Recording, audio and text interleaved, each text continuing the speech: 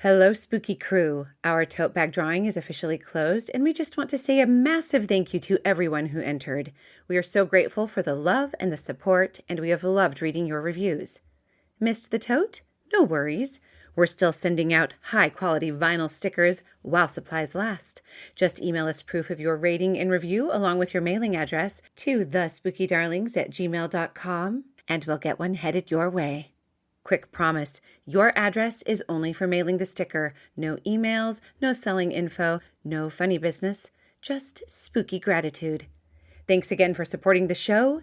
You are the reason we do this.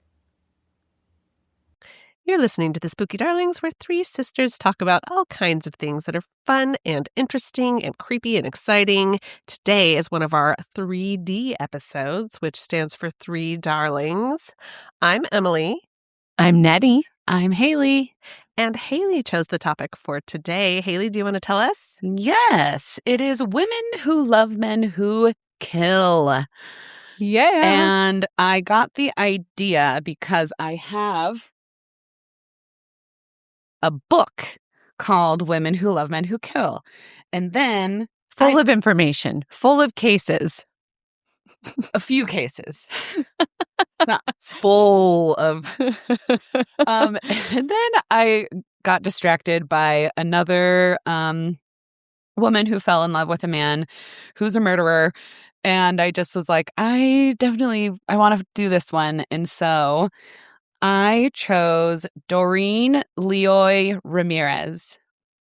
And she married the Night Stalker, Richard Ramirez. Oh my gosh. Gross. After he was arrested and all of that. So, and all these women have this in common, which is they all have this phenomenon called Hybristophilia.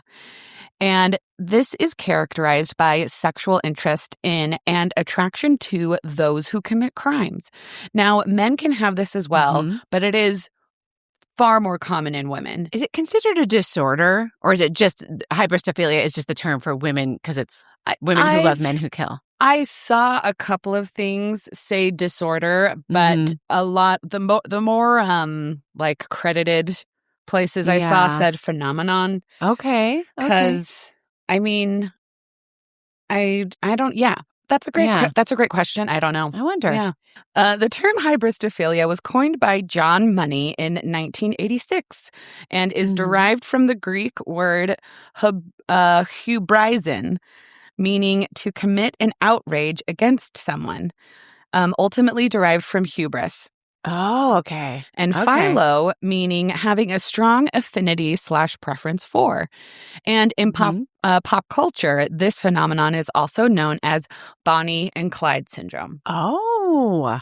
So that's just like a little bit of context for Bonnie and Clyde. What I believe most, if not all, of our women that we're talking about today, they have this disorder / phenomenon called hybristophilia. Okay. So I'm talking about Doreen Leoy Ramirez, and my sources are Wikipedia and a documentary I watched on Peacock called Richard Ramirez, The Night Stalker Tapes. Okay. I'm so excited. If I get too mouth soundy, you just let me know. It doesn't matter. I don't feel dry. No, you sound good. I would only say, if you could just take it back to that voice from last week where you're talking like this. That's my person. I'm Doreen Leoy. I think if you could take it back to when we were both eating the tamarind right into the microphone for Emily's benefit before we were recording. What are you going to do about marrying Richard Ramirez? You forgot to point with just 2 fingers. I didn't forget. I just was paralyzed. I know we know how to start a cult. And what are you going to do to join my cult, which is give me your money? What do I do with my 2 hands? How are you going to stop hybristophilia? Anyway, right.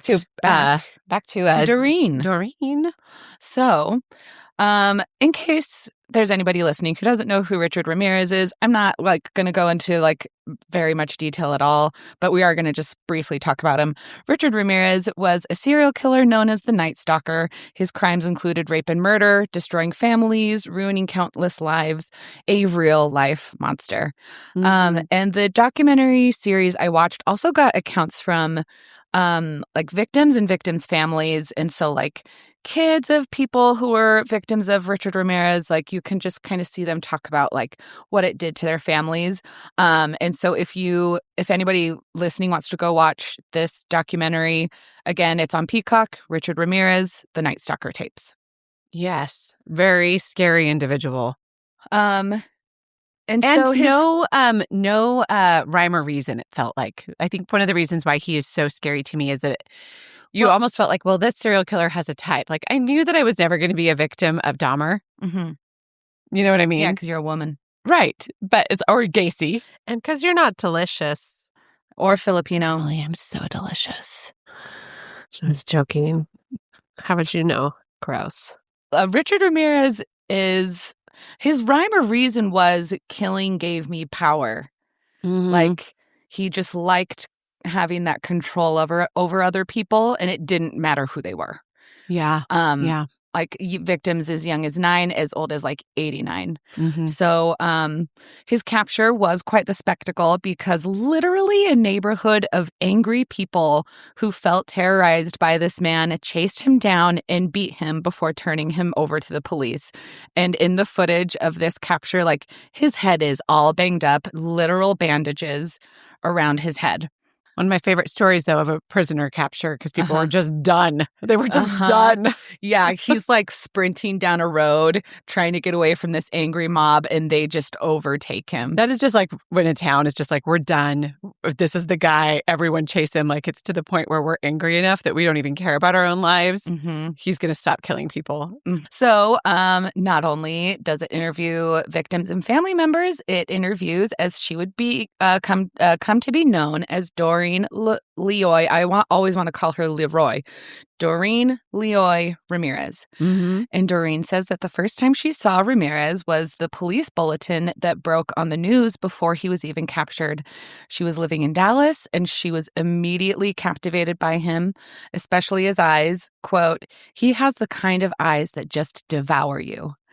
She said that it left her feeling haunted. Yeah, agreed. Gross. I did a gagging imitation. That's what Haley's responding to. And so she fell in love immediately. And so she starts digging into this murderer's life. And it caused her to have a very heartfelt empathy for him.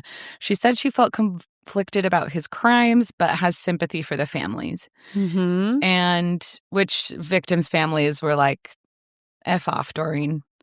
Yeah. Yes. At this point, Richard was not caught, and the police were still looking for him. So that neighborhood capture and California will be able to sleep a little better with this murderer behind bars. But this is just the beginning of Richard's fame. Women start writing him letters and sending him sexy photos of themselves, but not just women reaching out to him. There's this self-proclaimed Satanist, Nicholas Schreck, who felt kind of a kinship, I guess, with the Satanism aspect of Richard Ramirez, that fellow darkness. And Nicholas would later say he was in a very difficult time of his life when he was becoming quote unquote friends with Richard Ramirez. But he is interviewed, and his point of view is interesting to hear. I bet. So Doreen Leoy did not look like most of the women that were flocking to Ramirez. She wore flowered dresses. She had auburn hair. She was very different than the black goth-clad, black hair dye ladies that were kind of reaching out to Richard Ramirez en masse. People that so she had this more feminine with a very hard turn towards matronly almost. And then the other women were sort of of the goth culture, dyed their hair black. Wearing leather. Yeah. Okay. So it's almost not surprising that someone in that almost that hard life, we just like evil. Yeah. And would then be into Richard, but Doreen was like your least likely. Yeah. I mean, in my opinion, based on looks only, you know? Which is what this podcast is based on. Our looks. So there was another woman who was considered a, quote, big player as far as his fans went. She goes by Eva O. She's definitely goth, pale, black hair, lots of goth makeup. I actually snapped a few photos of some of these people. Oh, yeah. I'd love to see Doreen versus Eva O. And is Eva a vampire? No. Oh, okay. So here's Eva O. And this is a more modern photo of her. She's beautiful. Yeah. She's and there's a younger woman. photo of her as well that I didn't get. But this is his typical fangirl writing in kind of look. Okay. Dark hair, leather. And here is Doreen. Okay. So, and Eva O shares that her nickname back in the 80s was Queen of Darkness. She was very involved in the metal scene. She played guitar in a band. She had a coffin in her house as decoration, very much those skin tight kind of Elvira dresses as well. Okay. But definitely a different vibe than Elvira, more hard and heavy metal. So she said that she was just drawn to the darkness in Richard Ramirez. And she even later goes on to say it really took her a long time to get the how'd she word it? It was her head was a mess. And now that she's older, it has taken her a really long time to get all of that mess out of her head. And what was drawing her to Ramirez, she still is goth, but it doesn't have that draw to maybe evil people. So she started her correspondence with Ramirez by writing him 31 letters and mailing them all at the same time. And she said that she thought to herself, she's like, well, if this doesn't get his attention, I don't know what will. And he wrote her 31 letters back. Oh, my gosh. Eva even wrote a song called The Night Stalker. Was there a particular reason it was 31 letters? Was it one for every day of the month or something? Maybe because it's reverse it. It's spooky. It's 13. Oh, yes. And one for every day of the month. Didn't he have 13 victims? He had 14 victims. I think he even had more than 14 victims. But at his trial, at the end of his trial, it was 13. But with evidence that would come out later, it turns out it's 14. Oh, wow. Okay. But maybe at the time she thought it was 13 and maybe she reversed it. Maybe? Who knows? Be. But this is when he's still in his trial okay. that she's writing him. So he's not even found guilty yet. She told Richard to start wearing sunglasses, that he was a rock star. She said you should wear a black suit, maybe get a leather jacket if you can. And so he does. His sunglasses that he wears was her idea. He literally listened to her. Suit that he wears into court rather than his prison jumpsuit is her idea, funded by Doreen. Oh, wait. So it was Eva's idea, funded by Doreen. Oh, I'd be pissed if I were Doreen. Well, we'll get a little bit more into how Richard kind of protects Doreen. Okay. Okay. So Eva and Doreen never met. Eva knew of Doreen, but she's not sure if Doreen knew of Eva. And I think no. I think that Richard really kept Doreen you're my one and only. He's like, she wears pretty flower dresses. She makes me feel like she's my mom. I'm just kidding. So Eva says that Doreen did have something to offer Richard that he needed, which was funding. Get him a suit, put money in his commissary. A lot of these ladies that reached out to Richard Ramirez, they had messed up childhoods as well. They were poor and didn't have the money to kind of fund things. So Doreen says that she was fascinated with Richard right away.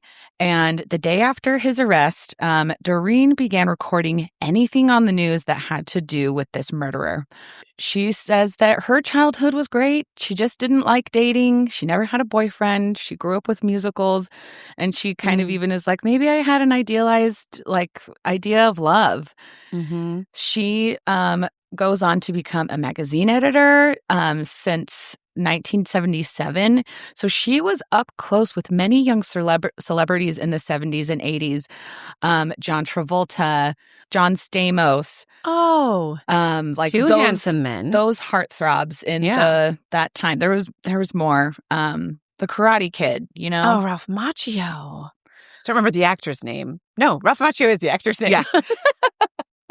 I don't remember the character's name. But a friend of hers from the editing company that they worked at together said that she was very maternal, and she just really got the impression that these young celebrities really kind of turned to her because she was this mother figure for them. And so, she John Stamos and she were very close, and she would always just make sure he was taken care of with the magazine spreads that they would do.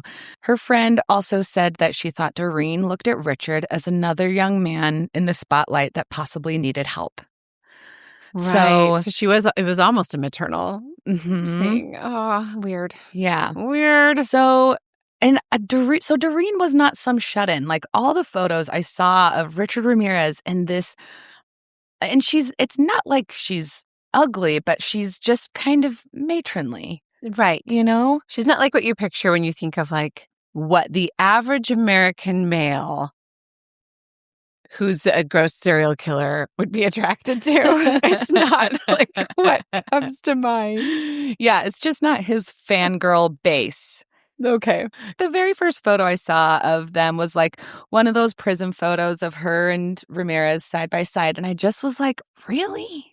She looks like a cat lady, but she had success. She was out doing it. Him? Exactly. Mostly. Sounds like she could have done better. A lot. I think so. Just someone not in prison. Well, okay. I think there's something to that. You're going to get to it. Okay. She writes into the Daily News newspaper saying that the arrest of Richard Ramirez wasn't fair play, and that those neighborhood people who gave him that initial beating, when they were so sick of being terrified that their loved one or themselves was going to be taken away in the night by the Night Stalker. And she said it wasn't fair play what happened to him. She got very negative responses to this letter, but this was one of those write-in columns. So it's not like they were writing her personally. Right. But she wrote it with her name. It wasn't an anonymous letter, like a letter to the editor. Yeah. Yeah, but she signed it her name. I don't think she signed her first, last, and her address. And so her thinking at this time was, he's just a suspect. We did not know that he was actually guilty. And so she felt like she was protecting him. Okay. Yes. Okay. I hear it. Doreen doesn't hear it. There's a reason there was a gang of people chasing him down the street. It might have been because he was caught in the act. Mm-hmm. May have been. I hear it. We hear it. Doreen does not hear it at this time. And her friend... What? Doreen. Her friend gave the impression of sadness that Doreen ended up falling in love with this killer, because her friend did genuinely admire Doreen and the work that she did at the magazine. Mm-hmm. And the magazine, one of the more famous ones she worked with was Tiger Beat. Oh, I used to stare at that every day at Safeway. Yeah, she was the editor. I bought it a few times. Had pictures of Kirk Cameron hanging on my walls. Mm-hmm. You ladies, Hey. If you are my age or slightly older or slightly younger, you also had Kirk Cameron on your wall. You might still. I didn't ever have it on my walls, but you did. And I remember you then scratched out his eyes and put tacks all over his face. And I was like, why did you do that? And you were like, it's just a sex symbol. Yes, I didn't. As soon as I was told he was a sex symbol, I was ashamed. But I couldn't just take the photos down. I had to You had to keep it up. to file the photos. Yeah, I do remember that. I feel bad about that because, like, Kirk, you didn't do anything wrong. Yeah, he's fine. After this, Doreen writes to Richard himself, and their correspondence begins. He wrote back and asked Doreen for friendship, and she said it was intense from the get-go. They agreed to meet on June 18th, 1988, and he was arrested in 1985. I can't remember the exact arrest I'm sorry, date. can I interject? Yeah. She wrote him a love letter. He wrote back and said, what I could really use is a friend. She reached out what was just a hello. Okay. And then he's like, And yes, he's like, I could use a friend. I would like to be friends. Okay. And I wasn't sure if it was one of those, thanks for your interest. Can we be secret friends? well, I think sometimes even when your boyfriend's in jail, they still keep you a secret friend. Oh, boy. So they agreed to meet on June 18th, 1988. And she says, quote, that's when this Titanic of a relationship was launched. Doreen definitely keeps Richard's crimes and Richard separate. Like, because she's also really trying so hard to believe he's innocent. Oh, if only we could all compartmentalize our And lives. so What is this? She's like, this man, Richard, with these intense eyes, I love him. So she begins to alienate herself from her friends. She's staying up at San Francisco near San Quentin a lot, where he is staying in jail, so she can go and visit him in jail, and she can go to his court dates and be there to support him. And so her family is upset. Her friends are confused. And they're like, you're giving up your very successful life for this creep. Can you even imagine if you had a friend in that position? No. Because it sounds like she was just this normal woman with friends and family who loved her. Yeah. Like, I mean, like listening to her later, it's like, what happened to you? Yeah, something. It's a little bit, you know, but also some people are just quirky. So, yes. So, even with all of his like metal goth groupies there, Doreen says that like Richard always finds a way to like single her out in court. And there are other girls that go to this courtroom and they're saying the same thing. They are noticing that he's... No. He is singling them out. He is making sure to make them feel special. What is that thing where you think that a celebrity's in love with you? I think his sunglasses are a great cover for I'm making eye contact with Richard Ramirez and he's dreamy. But do you know that disorder? Oh, like yes. Where you think parasocial? Yeah. Is that what it is? Like where you think the celebrity is in love with you or the famous person is in love with you, and you think that little things they do, like if they glance at the camera, they're glancing at you. It's not a disorder if it's true. Lots of them are in love with me.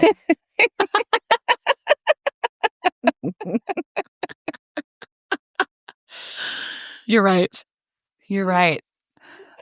Okay, back to Richard Ramirez.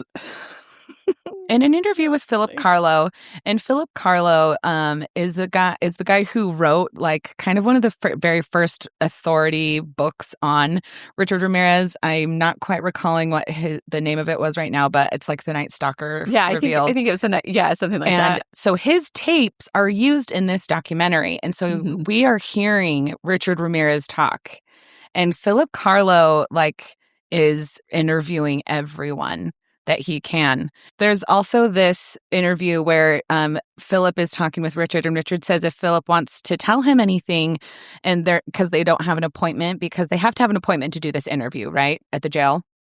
And so if Philip needs to tell Richard anything like last minute, just go through Doreen. Richard and Doreen speak every day. And then Richard goes on to say, the only thing with Doreen, don't mention the other girls. Doreen kind of is creating this world where it's her and Richard against this court system, and these other girls don't matter. It sounds like Richard understands the psychology of the different women that he's dealing with. He is incredibly manipulative. Yeah. Especially once he gets a hold on, I'm famous, people want to see me and talk to me, and I'm cute. So is he still pulling Eva O along in all of this right now? Eva O, I feel like, had a better head on her shoulders than Doreen, but I think that those were his like two top gals, because Eva O goes on to say, I'm not exactly sure how this worked, but she said once his visiting time opened up, she was like, there was no room for me because so many women were coming to visit him. Gross. Ladies, Yes. Listen to me. If you are going to visit some serial killer in prison for any other reason than reporting, like if you're a reporter, go for it. Ugh. Don't do it. So as we mentioned, Doreen provided clothes for Richard. So he is, as we talked about earlier, he's found guilty on 13 counts of murder and many other heinous crimes. Murder is not his only crime. He's sentenced to death, and Doreen says she was hoping for life in prison. She couldn't believe that he got the death penalty.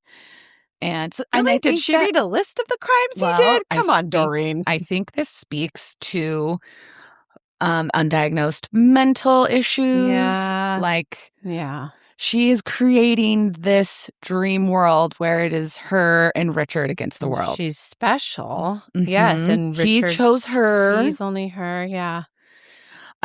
So and the universe is telling her that they're supposed to be together. Like, yeah, I see it. I get it. Not saying go for it, Doreen, but just, yeah.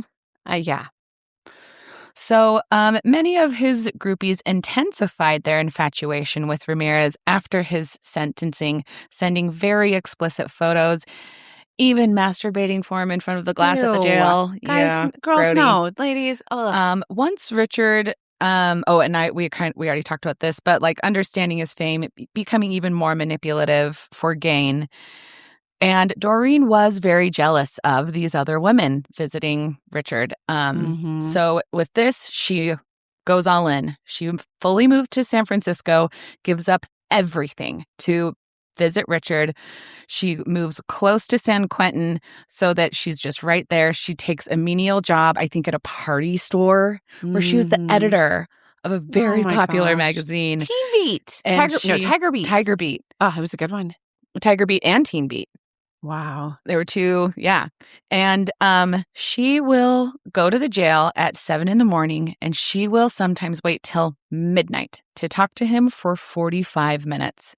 That's not a good use of time. The entire time she's waiting, she said that she would describe the water and describe the sky and the smells that are like out there in this fresh air. And she said that he just really loved her writing and it helped him sense what was outside. So Doreen's former colleague and friend said that in a way, Richard Ramirez was the ultimate safe boyfriend because there was no physical contact to be had. And Doreen is pretty vocal about this, says that her virginity was appealing to Richard because in Doreen's eyes, it meant that she would be faithful to him. And she's like, and men on the inside want to know that their girl is faithful. Really? And she would visit that's what she said. I mean, I believe it. She visited the jail 4 to 5 days a week, and she outlasted the other groupies, meaning she was the last woman standing. She had, what's it called when you have stamina? Stamina. She outlasted Eva O even. Oh, Eva was probably like the first time there wasn't room for her. She was like, I'm done. I'm moving on. That's exactly what happened. Okay. And she Doreen knew her value and maybe saw the error in her ways, maybe? I mean, the way that Eva O talks about it, she's like, I got too involved with Richard Ramirez. And she is like, I was dealing with a lot. And she's like, I now am better able to undo. I can't remember exactly the way that she said it, but her brains were kind of scrambled from I understand something or... I also feel like the way he was reported in the news, and I think that the news does a lot better job nowadays of like not trying to glamorize. What a cool flippin' serial killer name. You're called the Night Stalker? Yeah, and they always talked about his giant hands. I could imagine that for some women, they would be like, oh, giant hands. Yeah. He could either kill me or protect. Please take this out. Protect me. But no, keep it in. I wonder if there's some women that they're... I'll cut out whatever you tell me to, but this one, she's a wild card. No, if you want me to cut it, I'll cut it. Okay, You heard it here, ladies and gentlemen. Haley's going to cut that out. Emily's massive period story. Whoa, Emily, that was wicked. Cut it out. Is that what you just did, Emily? Back to Doreen. Joey. Good old Doreen. She even sent money to his family. The night before she marries Richard, she does an interview with this reporter woman, Vicky. She was like one of the like it women reporters from like the late 80s, early 90s. So Do you want she me to look and up real quick? it's okay. Oh, okay. It's in the documentary. It's not a big deal. Okay. And so she and Vicky, or Doreen and Vicky, had been in a lot of contact. Vicky said that Doreen would like call her quite often to talk about Richard. I'm sure that Vicky and Richard both looked at Doreen kind of almost in the same light. Like, I can milk a lot out of this person. I'm going to keep close contact. Yeah. And I mean, Doreen is like dating one of the most prolific serial killers in California. Yeah. Like, if I were a reporter, I would have done the same thing. Gross. Doreen calls Vicky one day and says that she is going to marry Richard. So they meet at a hotel across from San Quentin, or a motel across from San Quentin on October 3rd, 1996. And Doreen wore her wedding dress for this interview. Vicky said she was very giddy. She again talks about how she's a virgin, and she promised her mom that she would be a virgin until she got married. She like brags about her white wedding dress was kind of like to like a little bit below mid-thigh, like very... Oh my goodness. Like pearl. The hussy. What the pearl like sewed in. Oh, like beaded. Beaded. Yes. And that's actually very pretty. Yeah, and they talk about her virginity. Vicky's like, so you just don't ever want to be with a guy? And Doreen says she never found the one. And then when she met Ramirez, she said she knew that he was the right one for her, which I think kind of goes back to her friend saying, I think that Doreen likes that he can't touch her. Yeah, that might be the case. It's almost like that perceived danger. It's kind of like why people are attracted to like the paranormal or like talking about ghost stories. It's almost like, a ghost can't really hurt you most of the time unless it's a demon. Or like Paula Abdul in that cartoon Wolf. Yeah, it's like she's like, yeah, I take 2 steps forward, you take 1 step back. Yeah. I've seen 2 different, I think I sent it to you guys, the celebrity TikToks are the celebrities that say that they've had sexual encounters with ghosts. You sent it to us? Yeah, I did. Was it during a week I was really busy? I mean, or just check your messages.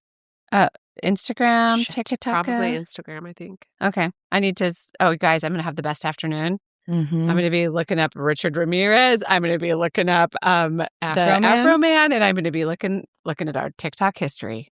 So Philip Carlos, if we remember him from earlier, he was like kind of the very first one to be like the authority on Richard Ramirez and wrote a book. Right. Yes. He does make an interesting comment about Doreen and her love and infatuation with Richard. Mm-hmm. He says that Doreen would do anything for the murderer. If he asked her to lay down on the railroad tracks and get hit by a train, she would do it, and she wouldn't ask why. She just was into submission. Mm-hmm. So Philip Carlos was present at the wedding ceremony. 1 kiss and then a quick embrace, and Doreen says goodbye to her husband. They didn't have like a conjugal visit? Death row inmates don't get conjugal visits. And I learned this from watching my Prison Bride shows. If you marry someone while they're in prison, you have to wait 3 years for EFV's conjugal visits. What does EFV stand for? Something family visit. Erectile family. Yeah. I don't know what else E would stand for. Oh, that. Ejaculate. Keep that in. Sorry, Dad and Mom. You're going to be covered. I do think that's probably for the best that they have that rule. I mean, Death row. I prefer not to have death row inmates be able to marry people and have conjugal visits. Especially, if they're prolific murderers. Why are we letting them get married at all is kind of what I want to know. That's what a lot of the victims' families were angry about. It's frustrating to me too. Mm-hmm. Yeah. I just find that really like they shouldn't be married. They shouldn't be getting married. They shouldn't be allowed. I wonder if they should even be allowed correspondence, honestly, other than hate mail. I'm thinking about it. Hey, you dumb nerd. No, Hey, just listen, kidding. I don't know. idiot. That's what I. Yeah. Okay. Yeah. So Doreen and Richard get married. Doreen's family has never been supportive, still not supportive. She clings to her love of Richard, and Richard's family was very grateful for her and her presence in his life. And I think also because she was generous, like she obviously had some savings if she's working at like a party store where she's, I think, probably making minimum wage, maybe. She's giving Richard money. She's giving Richard's family money. Mhm. She's buying things for Richard. She maybe had savings, but also if you are to the level of submission where you would lie down on railroad tracks that question, and he's saying, "Give me your money, give me your and give my family money," she would be willing to live to a level of poverty. I don't know if he ever said, "Give my family money," but she did. But she did. Did he have because family? they were very he had parents. They were very poor from El Paso. Oh yeah. Yeah.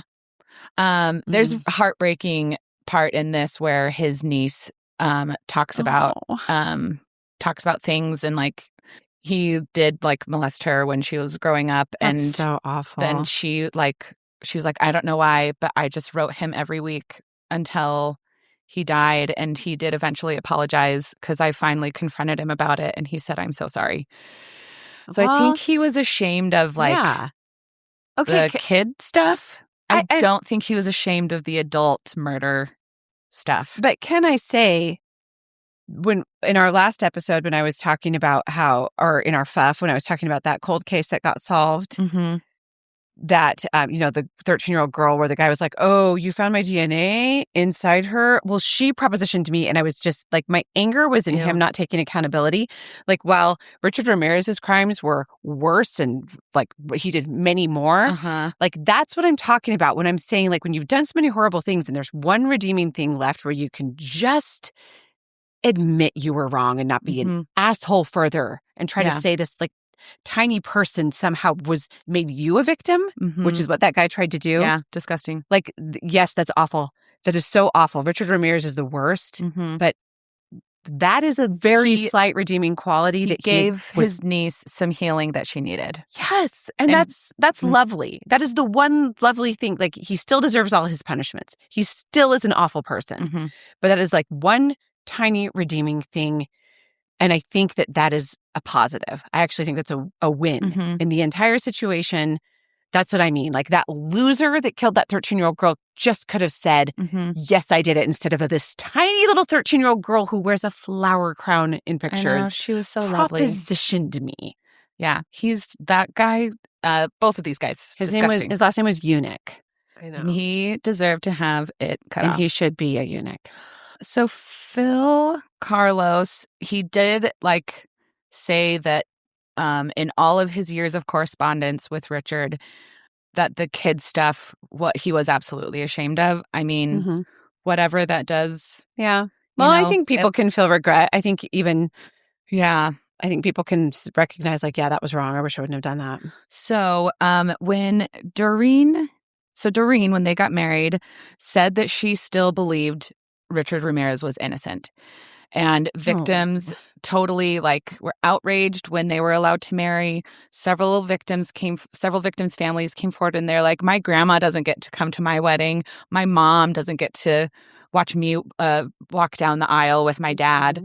And so I think that is all very valid. And I mean, maybe that's something in our justice system we need to revisit. I think so too. Philip Carlos asks Doreen what she would do if legally things don't work out and Richard is not pardoned or whatever, or if he is put to death. And she said she would tie up my loose ends and follow him. You're gotta be kidding me. Wait, is he still alive? No. Oh, okay, fine. Okay. So she is living near the prison, working at that party store. It's San Francisco, 2009. So did she choose to work there just because it was close to the prison? You probably already said that. I think so. Okay. I mean, it was all but said that everything in her life was to be with him 4 to 5 days a week at this prison. So cold cases are starting to be solved. And on April 10th, 1984, a 9-year-old girl, Mei Luang, was found murdered and in the basement of her apartment building. The details of this are really bad. I remember a this. match. It's awful. A DNA match is found in CODIS. It was Richard Ramirez, and Mei Luing becomes victim number 14. Doreen, working at the party supply store, she's keeping to herself, and if somebody recognized her, she really would just try and move away, like from the person, just like, no, we're not talking about this. Engage. So it is speculated that the breaking point for Doreen and Richard is Mei Luing and this evidence of his DNA with her coming out. Doreen breaks away from Richard? Her visits become less and less. And finally, she files for divorce. And during the divorce proceedings, Richard Ramirez dies on death row of B-cell lymphoma or Hodgkin's lymphoma. And he dies June 17th, 2013. So they were still married when he dies. Ooh, did she inherit his estate then? I mean, he probably his didn't ashes have much of an estate. I don't think he had anything. No. Are you sure? So Richard, maybe she inherited his groupies. Oh gosh, she's like, now his groupies are mine. All of the nudes in his cell. Oh, his photos. Yeah. Oh, gross. So actually, she could have probably made a ton of money if she had. Okay, I'm sorry. I'm going to stop. I think that the prison confiscated those. Most likely, Haley. You're right. Doreen, did it even occur to you to fight for those? She would have been pissed. So Richard's remains went to Doreen, and Doreen was supposed to bring the ashes to El Paso, but later Richard's family learns that his ashes were on display at a museum in Las Vegas. Wait, Zach Baggins? I wonder. I wonder too. Did you try to find it? I didn't look at it at all because Do you mind if I look real quick? Go ahead. We were all so rushed trying to get our cases done this morning. Whatever. We're always prepared in advance, listeners. So women who are still attracted to Richard Ramirez contact his old friends. Ew. Trying to just get some sort of sense of who Richard was. He's dead. He had friends? Well, that Satanist and Eva she said she considered Richard a friend at the time. So that is Doreen Leoy, and she is the wife of the Night Stalker killer, Richard Ramirez. Oh, Doreen. Gross. Mm-hmm. Haley, fascinating. I knew that he had been married. I even knew Doreen's name, but I did not know those details. Mm-hmm. Oh.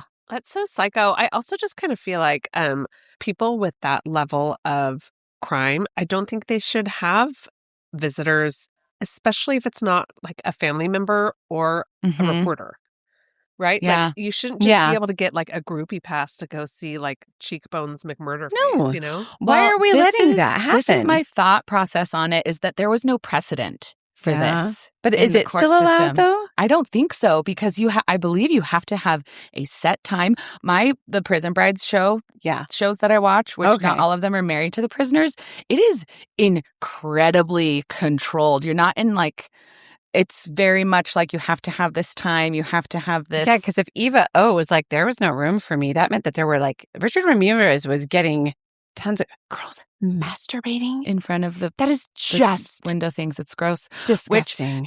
Because now even on the prison webcam calls that you can do with people in prison, it's if there's even too much cleavage showing, you have to button up or they're going to cut the video. Are you guys thinking of that episode in Arrested Development where Portia de Rossi is trying to get the attention, trying to get her.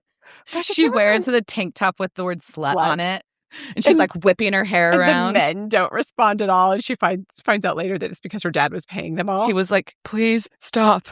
You are making my life in here miserable."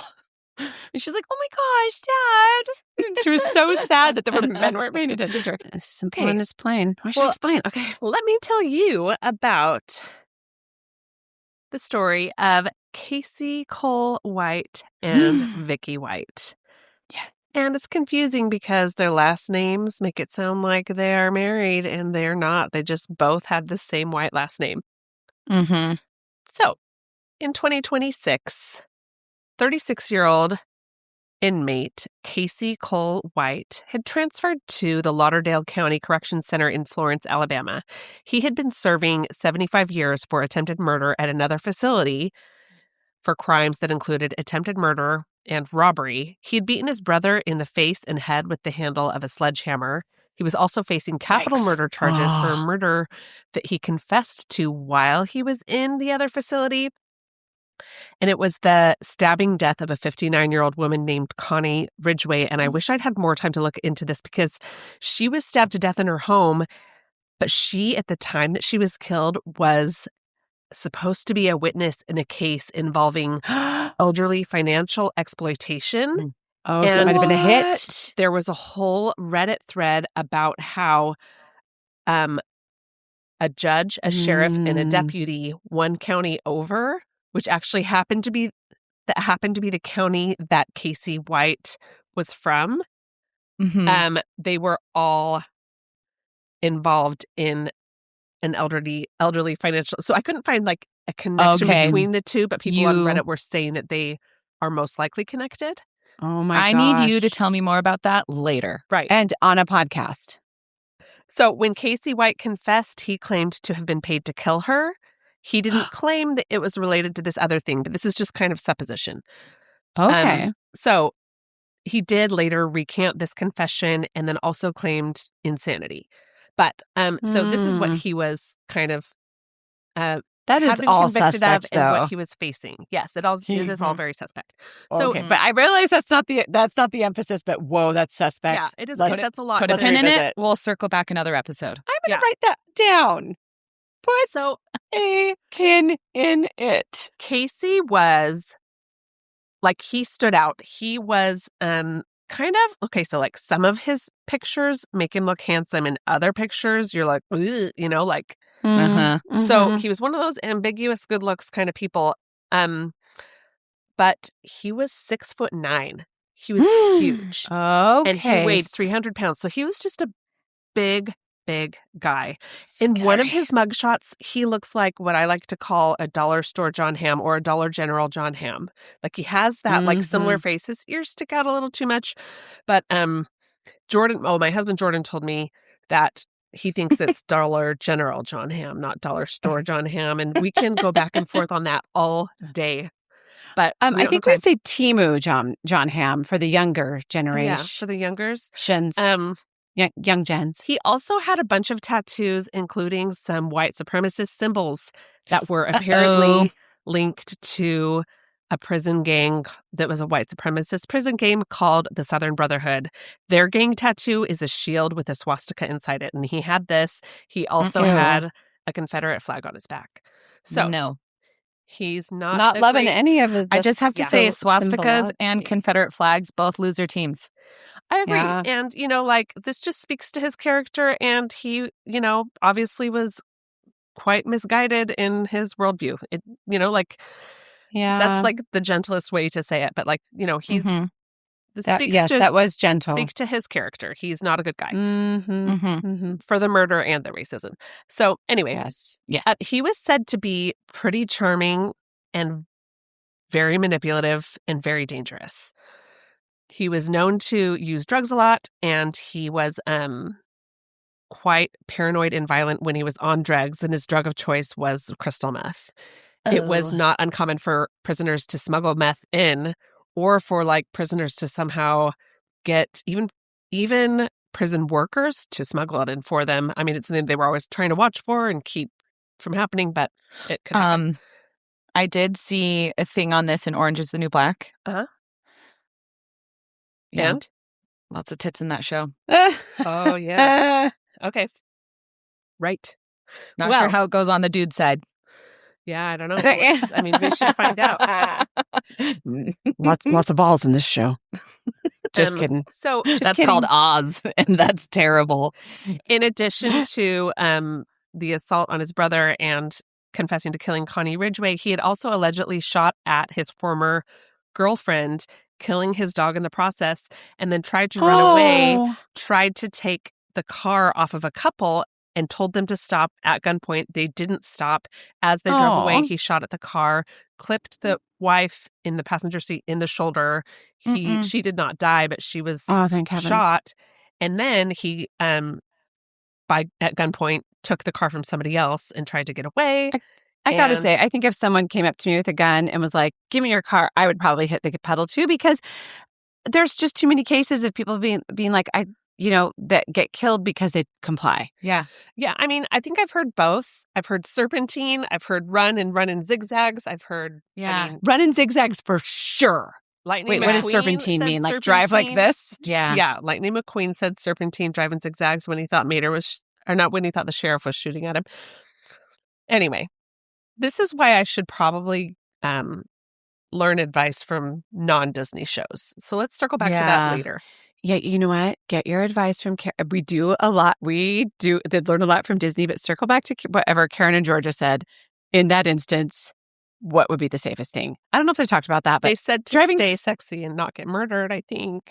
I've done that so far. So far in life. So anyway, he took some other guy's vehicle and he tried to flee, but he was stopped and apprehended on the interstate.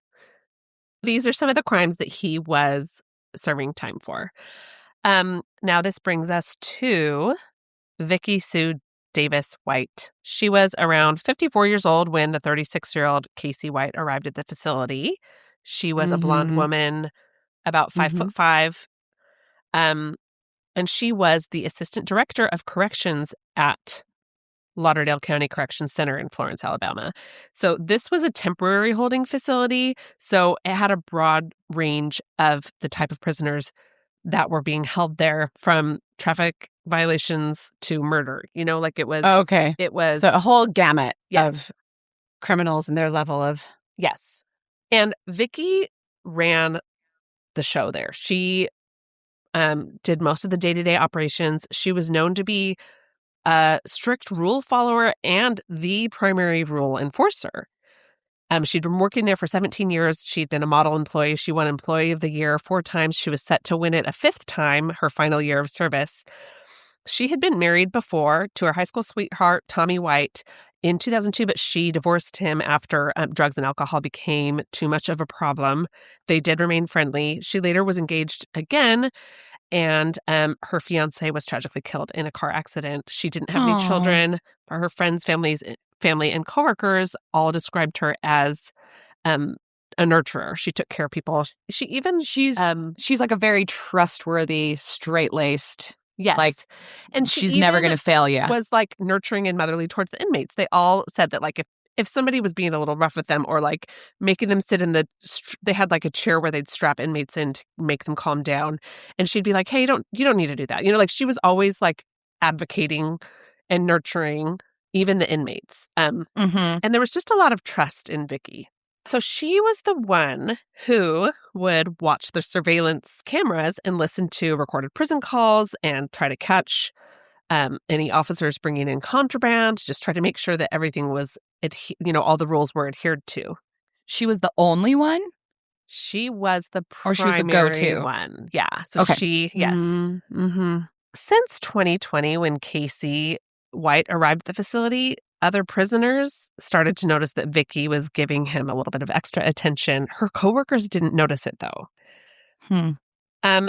So, a little bit later, we come to April 28th, 2022.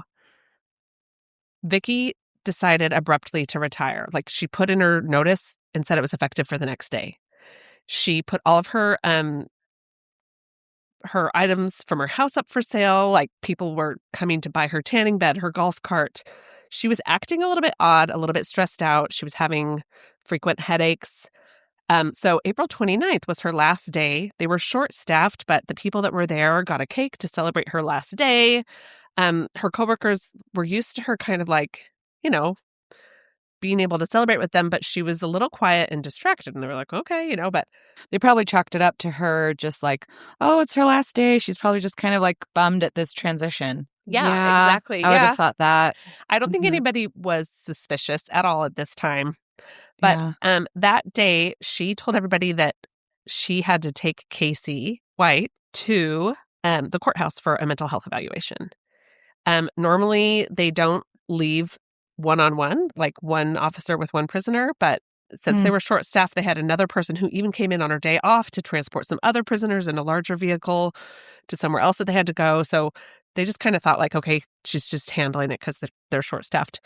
Mm-hmm. After a few hours, though, her coworkers noticed that Casey wasn't back. They had like these name tags. I think they were magnetic that would be on the outside of their door, and they were supposed to be horizontal if they were there, and you would flip it sideways if they were not locked inside their quarters. Oh, okay. And at the end of the day, it had been a few hours, and they noticed his was still like sideways. Uh-oh. And they're like, okay, something's wrong. And at first they're like, is Vicky okay? You know, like, Yeah. he's 18 inches taller than she is. She's 18 years older and he's 18 inches taller. Like, Oh, so balance. so they're like, you know, he's huge. He could easily overpower her. So, Yeah, they're immediately thinking, crap, what has he done? yes. So they put out a bolo for these two. And they're like, you know, easy to describe. They Yes. think, I actually think I remember this in the news, and it was like, it was almost came out as like she was in danger. yes. Mhm. Yeah. So, like, they're easy to describe, should be easy to spot. Mhm.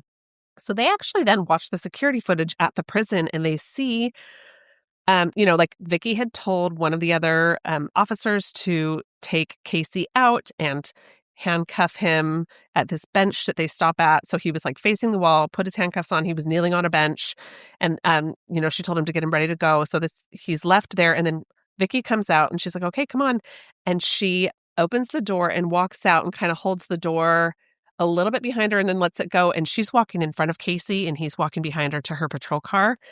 And that is like a huge red flag because they are trained to never, ever walk in front of a prisoner because they can easily overpower you. Get jumped. Yes. So they're like, Oh, she might have done this willingly, right? What was they she then thinking? find her patrol car abandoned in a Academy Sporting Goods parking lot. And when they look in the back seat, there's a handcuff key in the back seat. So they're starting to put this together.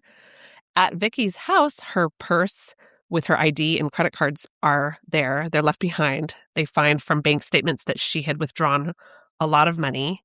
And then when looking through some of her records, they see a different phone number than the phone number that they all had listed on as a contact on her storage unit. And they find out that she had a burner phone. They compare this to the logs at the prison. And for the last almost 2 years, she had been receiving calls from Casey to her burner phone. Oh, Naughty, And Vicky. these Girl. were all recorded, and they were like very intimate calls. Like most of them were very intimate, and they were talking and planning their life together. There was like some like sexual calls on the phone. Apparently, early so on in awful. his stay there, Mhm. one day when Vicky was walking by, Casey told her she had a nice ass, and she And was she was like, "Oh my gosh, I'm in love. flattered. She was He's my flattered. soulmate." And that was the beginning of their relationship. They had like a secret way that they would, like, he would pretend to be writing letters. Like all the inmates were like, we knew what was going on because he would like write a letter and say, oh, this is for my lawyer. And he would put the lawyer's name in big letters in the center, but no stamp and no address. And they were like, right. You know, like, or like he'd buy a love letter card and then be like, oh, I'm writing this for my grandma. And then like, it was clearly not for his grandma, you know? So, Oh, jeez. Like, Oh my gosh. sure, buddy. they also Ugh. had been physical in the prison. The other inmates said that she would come and tell them it was time to go to the yard. And Casey would make an excuse and say that he had a call scheduled with his lawyer. And they would stay behind and they'd be alone together. Oh, and do Naughty, what? naughty. What would they do, Emily? I don't know. It. Probably planning. They're probably Party talking, planning. Probably just getting to know you, making a secret Getting to know- language. getting to Um, know all about each other. Writing So a musical. also, investigators found that Vicky had been slowly buying camping equipment, but she was trying to hide it. Like she would go to the grocery store, she would go to Walmart and buy a bunch of groceries, and then she would also buy like a duffel bag. And then the next time she'd buy like a bunch of groceries and some guns. Like she was buying guns. She would buy a tent, but like she was spreading it out so it wasn't raising any red flags. So she would buy like one item along with her usual. So this had been planned for a long time. They audited her work computer and found that she had been trying to find IDs that had been left behind by prisoners that had already left. that would match her age and height and his age and height, like approximately. Oh. She was searching for anything over 6'5", like trying to find IDs that she could use for them. Oh, gosh. There probably aren't that many prisoners that were tall enough for him to be confused he was with. 6'9", but she was going for anything that was 6'5" or over. She just was like, Mhm. we'll just Yeah. fudge it. Because most people don't see a guy that's 6'9", and they're like, that's 6'9". They just know he's huge. Yeah. Yes. They found, they had already found the patrol car in the academy parking lot. They found her other personal vehicle in a town about 35 miles away called Rogersville. That car was ditched there. They saw security footage from the grocery store that showed her walking by. She walked by and got into another car. So she'd bought another vehicle, and she had planned and placed cars along the route they wanted to go. So they ditched her car, got into this red, or not red, it was like an orange Ford Edge, and they took off together. They were still together. So there's a manhunt going on. It continues. They apparently had heard on the news that police were looking for an orange car, which, like who would buy an orange car if they're trying to be discreet? But they bought an orange car. They find the orange car ditched somewhere that they had bought a can of spray paint and tried to spray paint it green and like abandoned the project, like not very far into it because it looked really bad. So like another very recognizable color. Well, right. And her friends were all like, we think that might have been Casey's idea. Like he wasn't the smartest in thinking you can spray paint an orange car bright green to look, you know what I mean? Like it's just funny. So they find out that I don't know. Give me a can of spray paint. I think I could. I'm just kidding. Well, they find out that they had bought a black pickup truck. So this black pickup truck was then later found abandoned at a car wash in Indiana. It was ditched with the keys in it, and the media was all over it. The tip was called in by somebody that, was following the news, and the surveillance footage from that place showed them getting into a gray Cadillac together. So with Vicky driving. They keep getting caught on camera. Yes, for sure. Like, don't know how to spot a camera. Let's go to this corner of the parking lot. Oh, look.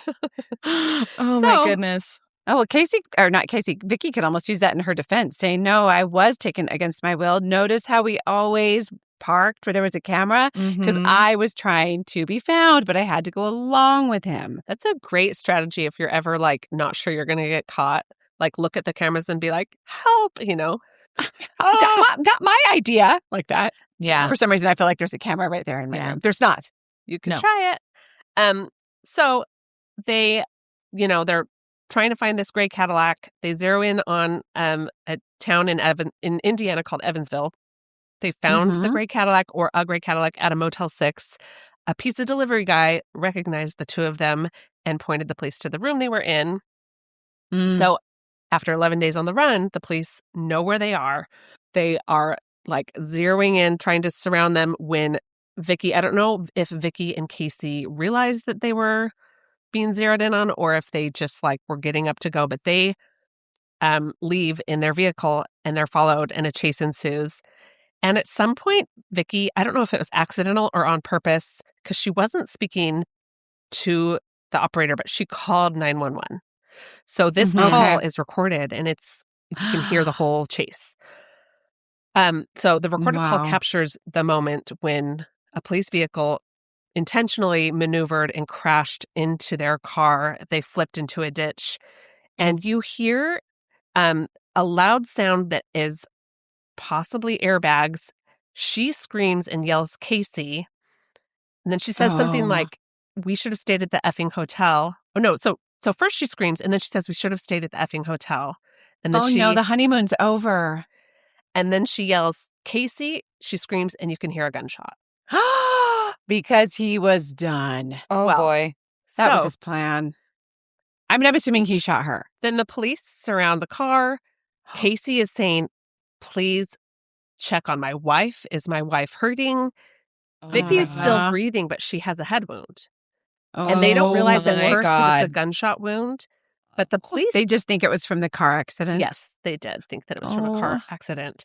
And Casey says, please help my wife. She shot herself in the head, and I didn't do it. Oh. So, my gosh. Casey. It's kind of like Casey, when you dummy. Well, at the hospital, when Wait, go ahead, Haley. just kind of like, when Zane was little and he had chocolate on his face and he said he did not eat the Snickers bar. Right. I don't know, ate it. Yeah. Well, so it also, though, at the hospital, Oh. he keeps asking if his wife is still alive. But the news reports He's like, is my say wife that- still alive? If not, it's fine. Well, no, I mean, this is where it Just gets kidding. murky because I had the same reaction that you guys did, but the police determined that she shot herself. What? I think that they are wrong. Police, I think you're wrong. So, but You don't tell me the yell evidence. someone else. Okay, sorry. We'll stop Okay. interrupting you. The gun went off after the crash, but right after. Somehow they determined that she shot herself, possibly accidentally. The angle was odd, though, because it was slightly like towards the back of the head, which isn't typical. But it was possibly because of the crash. But Casey was actually also shot by the bullet that killed her. Wait, so it went through both of them? It went apparently through her head and through, like, the angles are very hard to understand, and it does not make a lot of sense to me. Did it hit her first? Yes. Well, supposedly, yes. So as he lay bleeding before they were all taken to the hospital, the officer said that he just kept asking if she was okay and repeating that he did not shoot her. He was worried that they would think he did, obviously, right? Like, we all thought he I did. don't know. I might be changing my mind. I need to see a trajectory map. The police said that when they approached the car, they saw a gun in her hand and didn't realize that she'd already been shot. So I don't know. I mean, it's all weird. I mean, you have to assume that they tested for gun residue on him. I guess I shouldn't say you have to.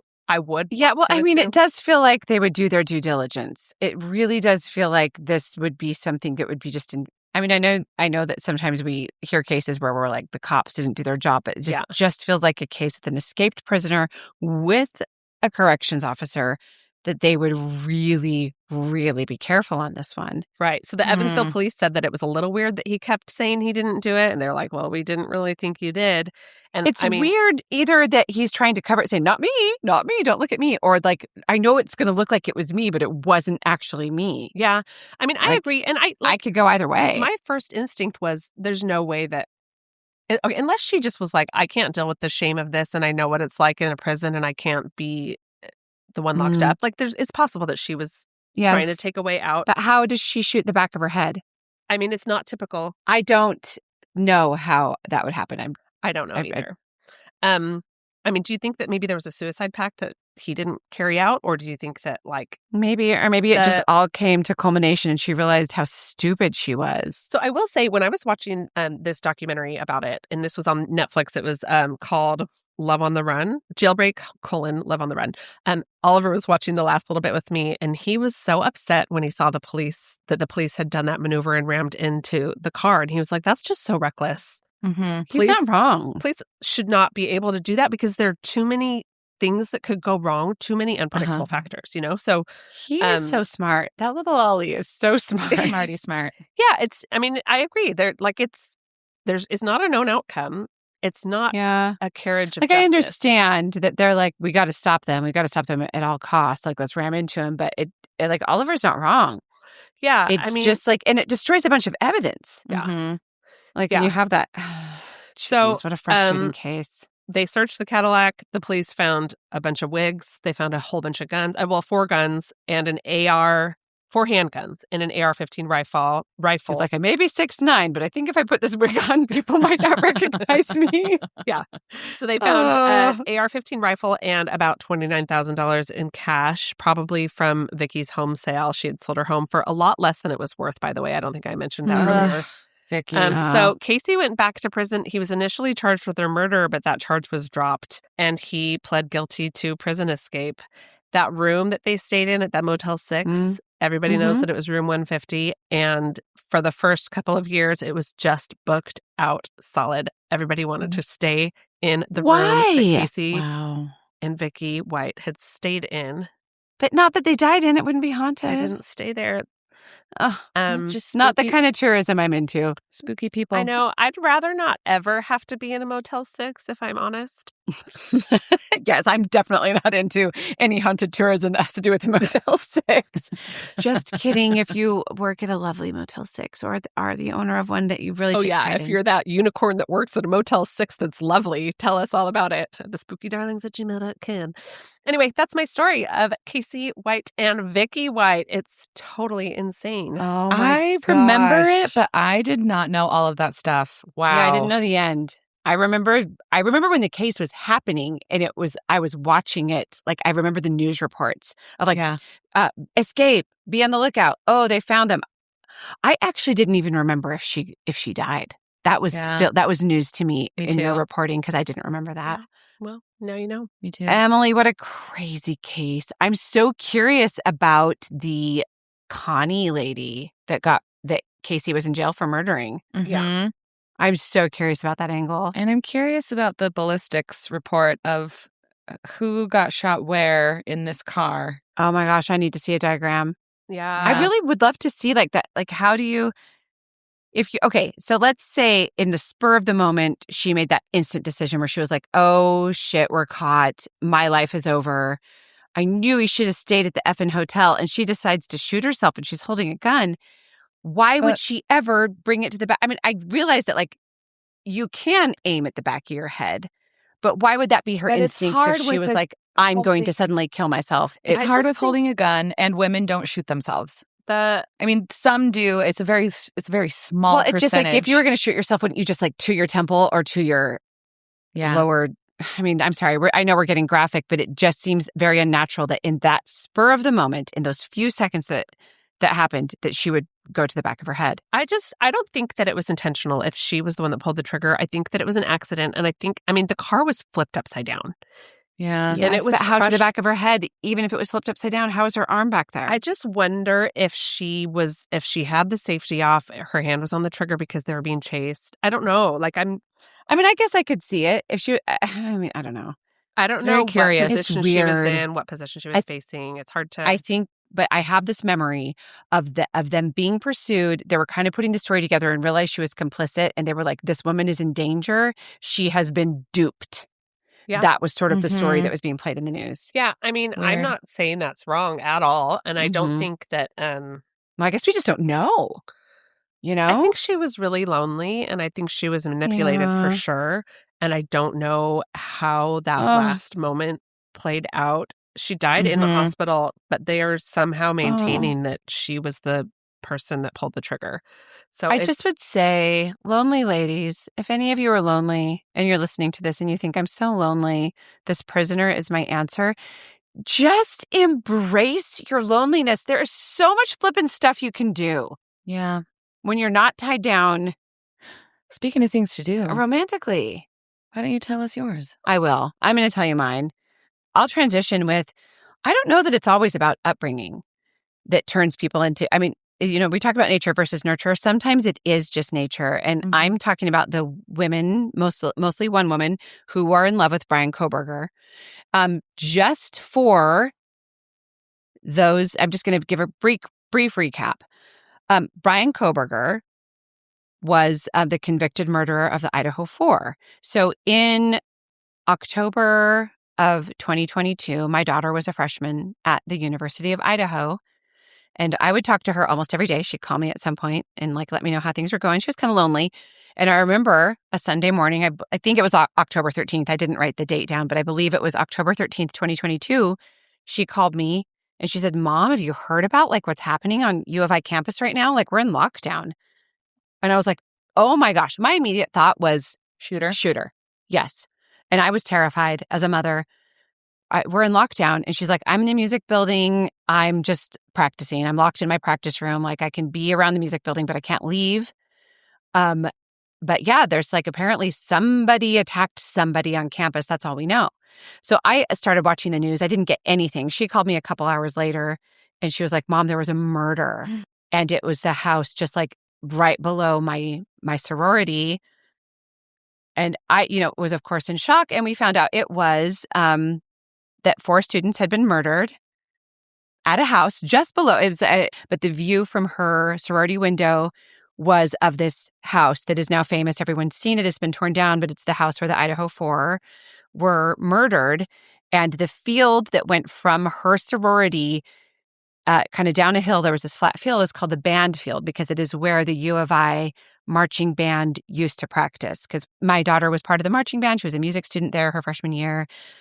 So as I know, it was the same for her, for you two, for her aunties. We all followed this case very, very closely. We've talked about it in a previous episode, how this case hit close to home because it was very scary. Because my daughter was there.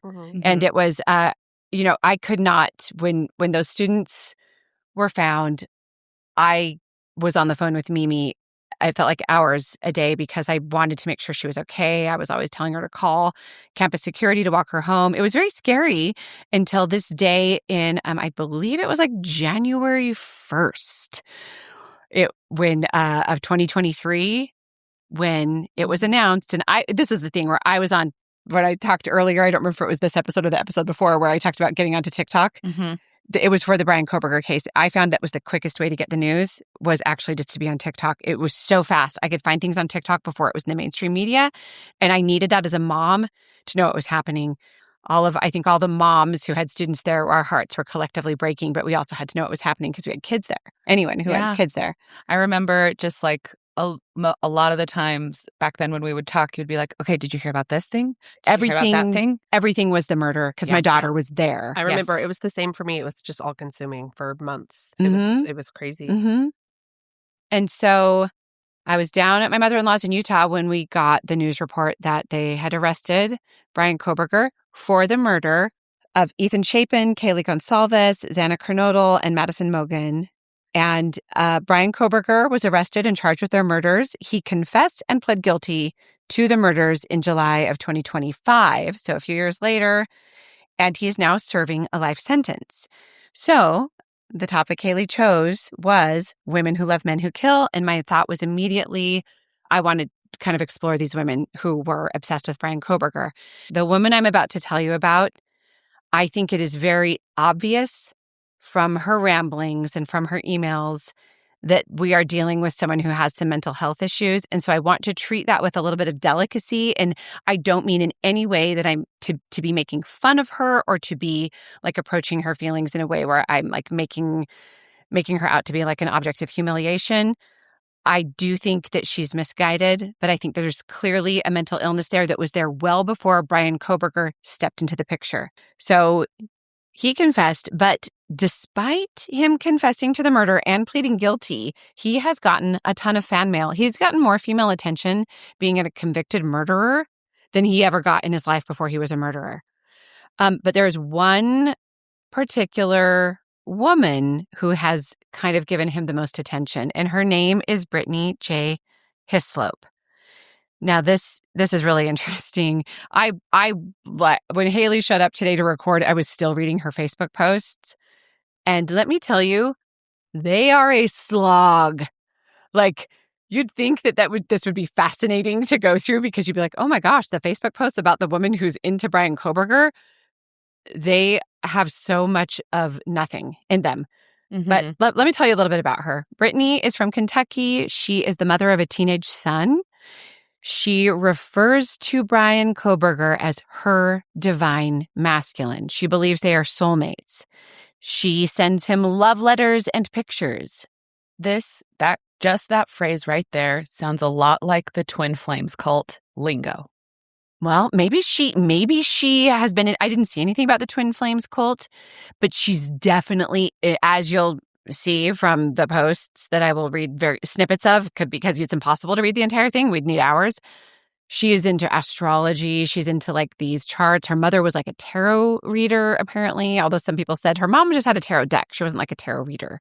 She just was like occasionally would do it. But we all have tarot decks. She's in, yeah, I mean, we all do. But I'm just saying, like, identifying her mom, like someone said her mom was a tarot reader. That's what she did. And then someone else was like, her mom just had a tarot deck.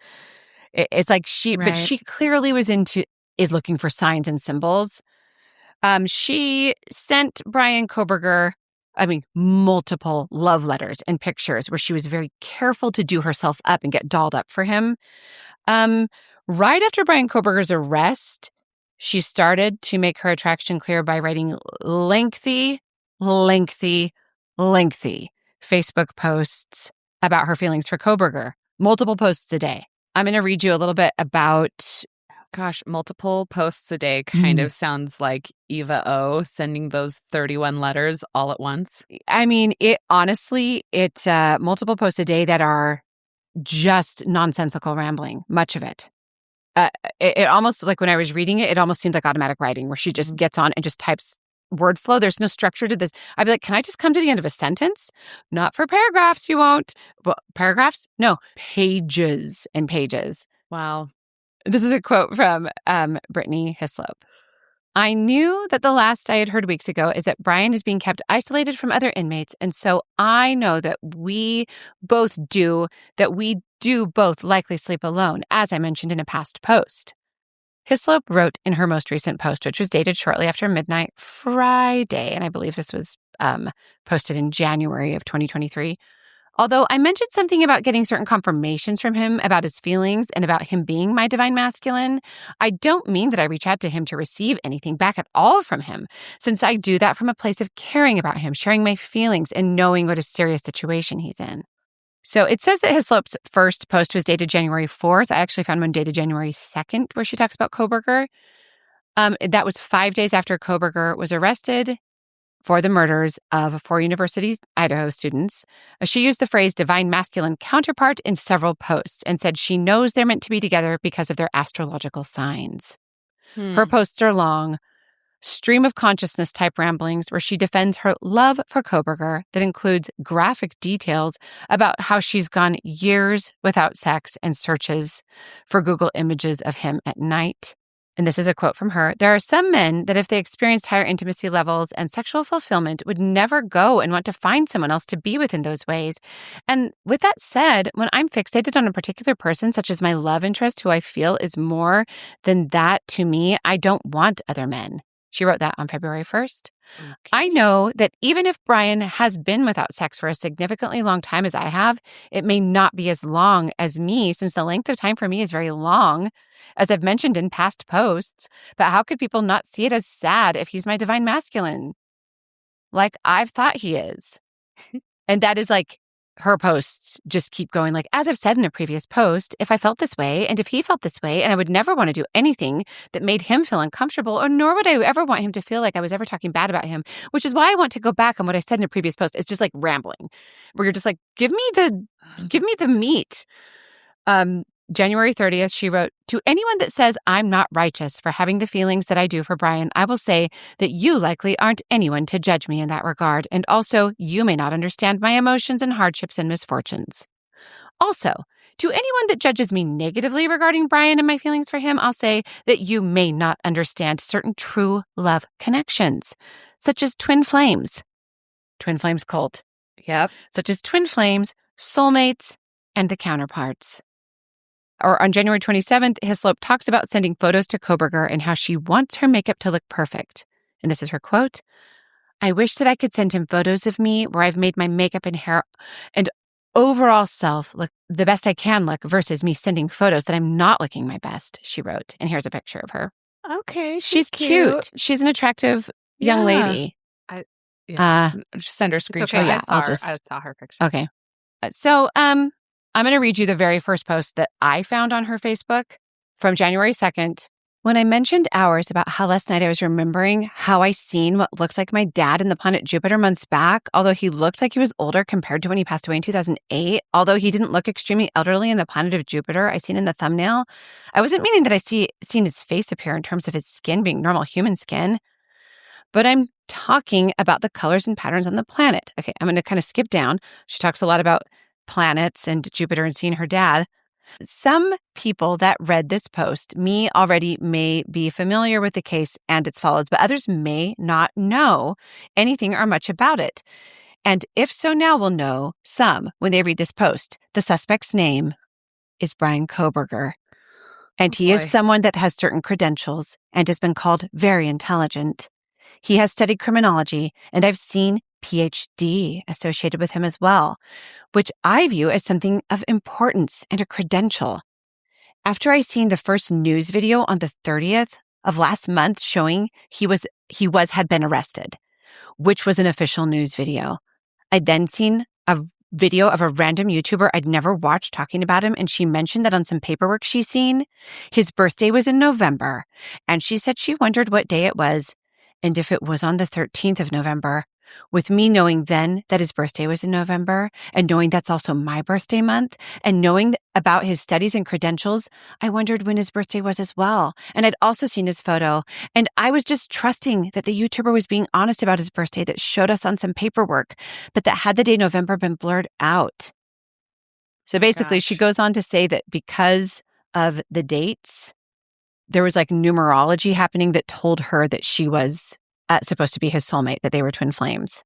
Oh, boy. Like literally an entire page later just starts with, but I seen in a comment that the killer's name named Brian's sister lived in a house near where the victims lived and were killed. Like it just keeps going like constant nonsense.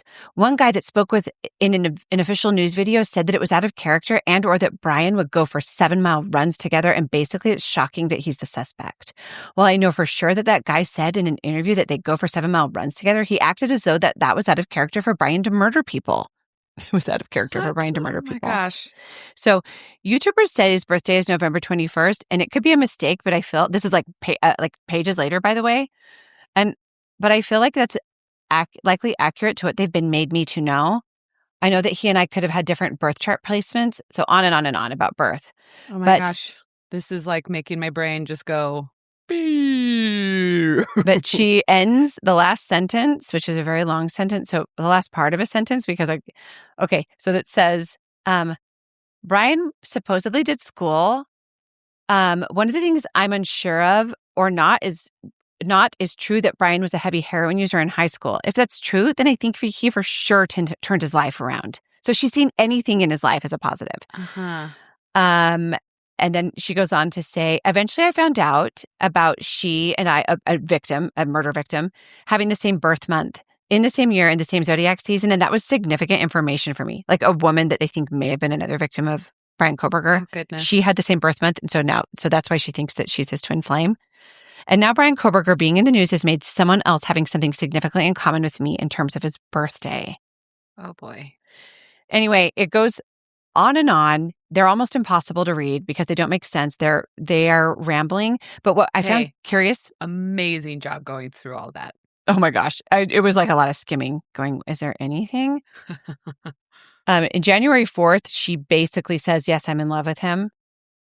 So she mentions him January 2nd, but January 4th is where she was like, I think maybe his recent mugshot photo is one thing that made me get so emotional, but it's also thinking of how he may be my divine masculine counterpart. So January 4th, she mentions that. She goes on, like, I seriously can't even tell you, but she did art and sent it to him, and I'm going to show you. It's honestly, I don't know if we can post this on our socials without it getting flagged, but this is the art she sent to him. She called it Brian and Brittany. Whoa. Emily, I'm going to send it to you. Could just put a black bar over that boobie. This is what she sent to him. And then she posted it on Facebook. And her Facebook is still up with all of this. But this is what's interesting about Brittany and why, I was saying I really do feel like it's a mental illness. Brian Kohberger was not the first man in prison she was into. There was a man named Cody Hall who was in prison in Kentucky who was later diagnosed as a schizophrenic, who was in prison for a shooting and machete attack. Now, she suddenly showed up at his hearings, and Cody's mother was there. And one of Cody's victims had the last name of Hislop. Her name was Wanda Hislop. And Brittany's last name is Hislop. Mm-hmm. So when Brittany said, I'm Brittany Hislop, the mom was like, oh my gosh, I feel so bad. You're here because you're related to one of the victims of my son. And she said, oh, no, I'm here to support Cody. And the mom was like, oh, are you a friend of his? Do you know him? And she was like, well, I just know him from school. So apparently they'd gone to high school together, but Brittany was a couple years older than Cody because Cody kind of later vaguely says he remembered her. But he decided that he would sort of like facilitate the friendship because he could get money from her. And he realized that. Mm-hmm. But he realized she was absolutely absolutely crazy and very weird. And he wanted to kind of like extricate himself from this relationship where he had allowed her to visit because she was visiting daily and taking up his entire visitation time. I don't understand how these people can finance a life like this where they don't have to work and they can pay prisoners. I think she was on state benefits, and so any cash she had, I think she just took to him. Because I believe that was the case. But he tried to introduce her to a different inmate, hoping that she could just realizing, oh, she just is into inmates. Like, she'll just latch onto someone. So he tried to introduce her to another man, hoping that she'd latch onto him. But she said she was not interested. She told him that they were soulmates and that he was her one true love. She told him she loved him more than her only son. Ooh. So he stopped taking her visits. And the police at like the prison actually had to stop taking her calls because she would call daily. She believed that he stopped taking her visits against his will. She thought the prison was stopping it. Mm-hmm. So after a month, she started of Cody not seeing her. She started coming in, visiting the other inmate that he had tried to like hook her up with, but only so she could see Cody like over his shoulder because they would all visit like in a big room. She harassed the guards. The guards had to ask her to leave. She called the jail multiple times a day. The jail blocked her number. That's how bad it got. Wow. She then they stopped letting her in. The jail was like, we're not letting you in to see anyone, because she kept trying to say, well, I'm now here to see this other person. But really it was all to get to see Cody. Mm-hmm. She started calling Cody's mom, accusing her of blocking Brittany called Cody's mom, accusing Brittany's mom of blocking Brittany from seeing Cody. And the mom said, like, Brittany was like, I have to hear it from Cody. I know he loves me. If I don't hear it from Cody, then I'll know that it's you and I'll know it's the prison. So the mom went in, she got permission from the guards, and she took a video of Cody saying, Brittany, I don't want to see you. I don't want anything to do with you. Brittany then was sent the video by Cody's mom, and Brittany said, you forced him to make that video. Oh my God, I knew she was going to say that. He did not do that. He did that against his will. So she then started threatening Cody's mom. So Cody's mom was like, okay, I'm going to follow this chick on Facebook. And what she said is that she would post daily, multiple times a day, about Cody and her love for him. And then suddenly, not at all for months, she would just talk about other things and kind of go on these rambles. But she, right before she posted, like literally the end of December, before Brian Kohberger got arrested, she was posting about some man named Ethan that she was in love with. That was, I don't know if he was in prison. I didn't find anything about that, but she was like, the way I feel about Ethan is blah, blah, blah. All right, and I saw Ethan. Apparently she'd seen Ethan in a YouTube video. I don't know if he was even like a person she knew in real life. So that is Brittany Hislop. But aside from that, there are a lot of women who write love letters, offer financial support, or who think Brian Kohberger is innocent. This group of women or people who think Brian Kohberger is innocent have given themselves a nickname of the Pro-Burgers. They are a group of supporters who believe all the conspiracy theories, and they express romantic interest. And it is not hard to find. It is all over the place on TikTok, on Reddit. I don't get it. I think it's so clear he did it. But people are like, look at the facts. This was a drug cartel ring. Like, it's just crazy to me. Mostly it's crazy to me because I feel like if that was the case, Kaylee Gonsalves's family, they know. And Kaylee Gonsalves's sister is like, Brian Kohberger killed my sister. Why are you guys entertaining these other ideas? Like, she would want to know if there was some conspiracy, like that there was like drugs or something. So as you already talked about, it's like clear that Brittany has something where she's seeking danger, but she also knows, like, Brian Kohberger has no possibility of parole. He will never be out of jail. But the idea that she feels that they could be, like, have some kind of connection is so real to her, but it might be because she only gives herself permission to feel feelings for people who are locked away behind bars. Very much like Doreen. Doreen. Yeah. It's danger, but it's almost pretend danger. It's a fantasy. Well, okay. And if you don't mind for just a moment. No, that's it. I'm pretty much done. That's about it. Yeah. Anything else? No, that's it. So go for it. Okay. Let's talk about it. What made me want to choose this topic was watching a few like Prison Brides show. There was like one on Lifetime. There was another one where like women from out of the country were coming to the US like to be with these prisoners. And it's almost like for a lot of these ladies, there is safety in their guy being in a jail cell. Mm-hmm. And then for one of the shows that I watched, there was the reality of when that guy gets out. Right. And every single one of the relationships disintegrated, except for one, and the show ended before we could see how that one played out. Oh, I wonder. And so, yeah, I would love to hear an example of a happy ending. Like, I know that there are people who are married or like with someone they love and someone goes to jail for a crime and that partner stays true to them and supports them through it and their marriages survive. I've heard of those cases, but all of these women found their men online through like social media.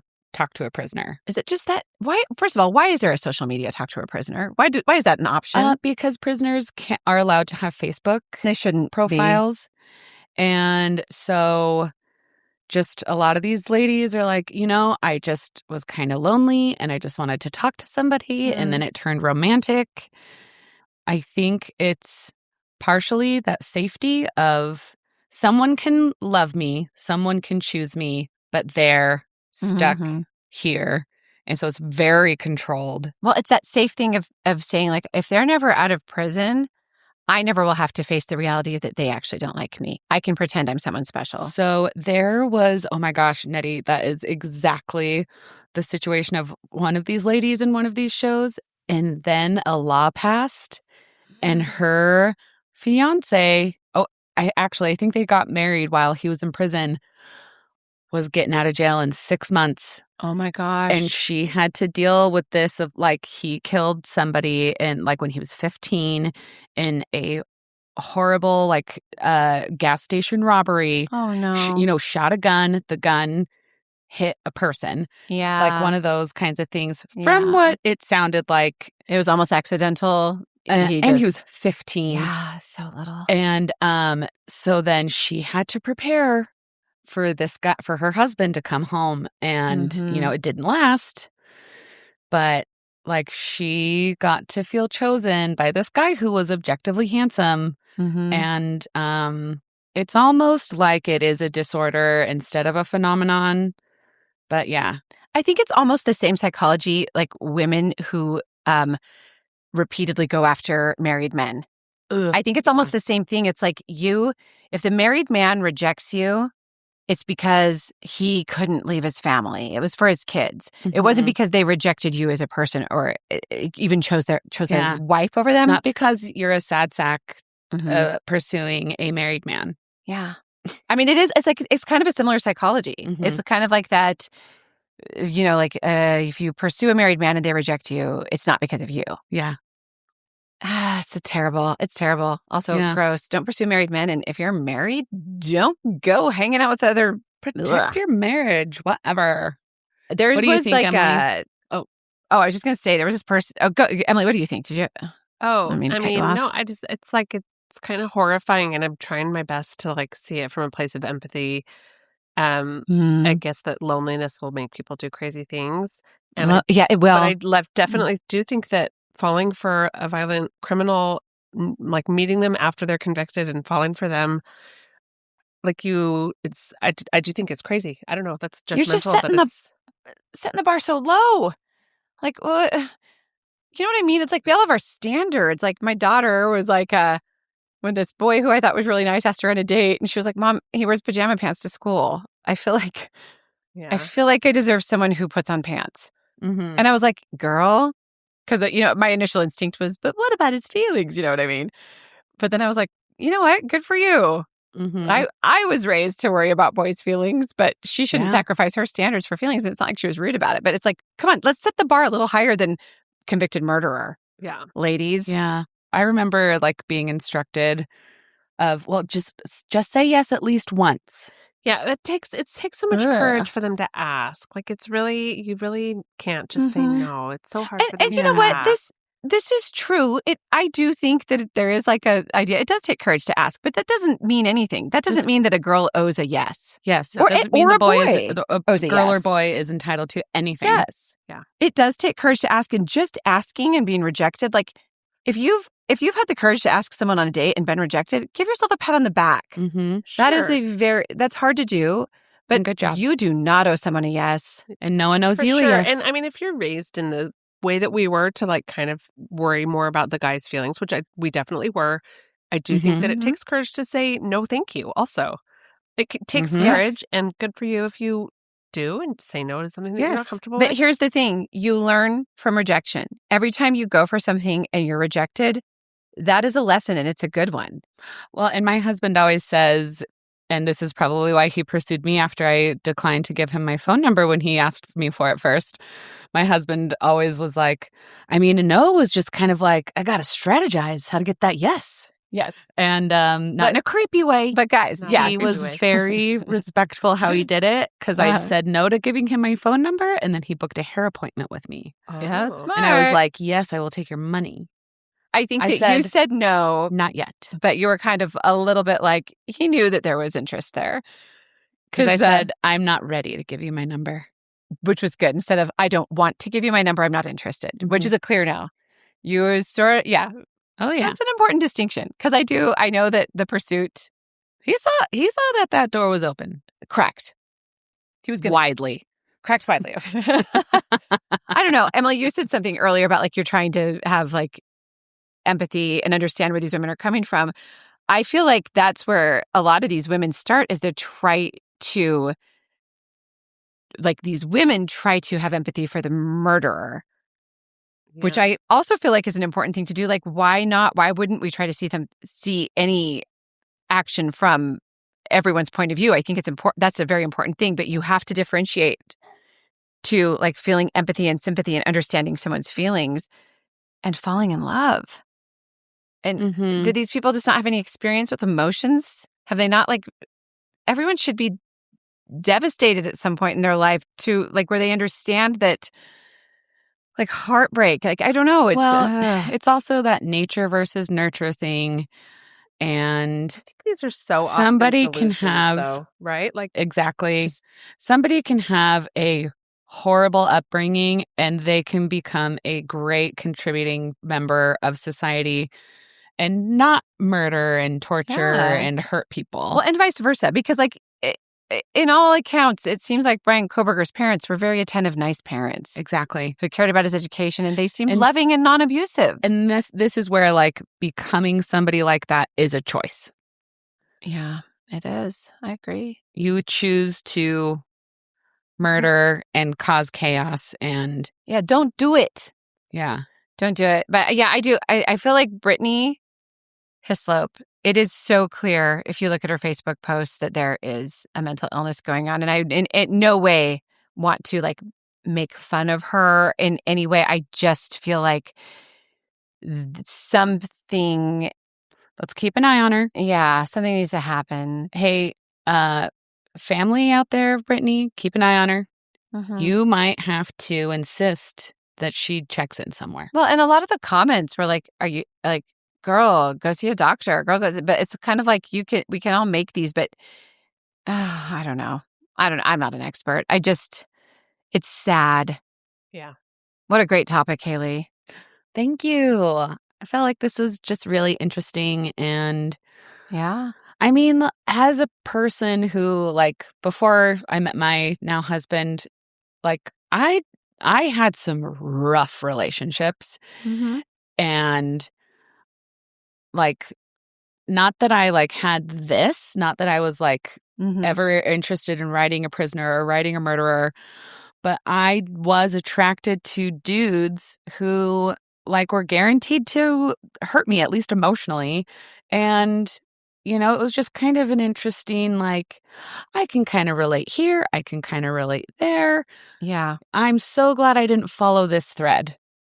Yes. Yeah. And I met my now husband, who's so wonderful. He is. He's wonderful. He is. We all have good men. We're lucky. Can't wait until Jason gets out of prison. I know, me too. He's going to love to listen to this podcast once he's out. Talk about 6'9" redheads. Shut up. Just kidding. He is 6'5" and he is handsome and blonde and not in jail. And he doesn't listen to this podcast, so. Let's see here. I'll close us out since you brought us in. Okay. Thank you so much for listening. Once again, we are the Spooky Darlings. If you have any stories, especially regarding someone who's in love with someone who's in prison or criminal, something. Are you in love with a criminal? Are you a criminal who someone is in love with? Are you listening from jail and you can't stop getting these love letters? Do you have someone incessantly visiting you in prison and you don't know how to stop them? Tell us your experience. thespookydarlings@gmail.com. We would love it if you would take a moment, leave us a 5-star rating, and write us a review. We're reading our reviews now on our FUF episodes. Thank you for listening. See you in the spooky prison. Bye. Bye. Bye. 5 stars. 5 years in prison. I mean, 5 life sentences. 5 prison brides. Oh, that was a good one. Before we disappear into the shadows, don't forget, we're still sending out vinyl stickers. Leave us a rating and review and email us proof to thespookydarlings@gmail.com along with your mailing address, and we'll send you some spooky snail mail while supplies last. And if your heart is still mourning that tote bag, may we gently tempt your way toward our merch store at thespookydarlings.printful.me. Treat yourself. You deserve it. Thanks for listening. And as always, stay spooky.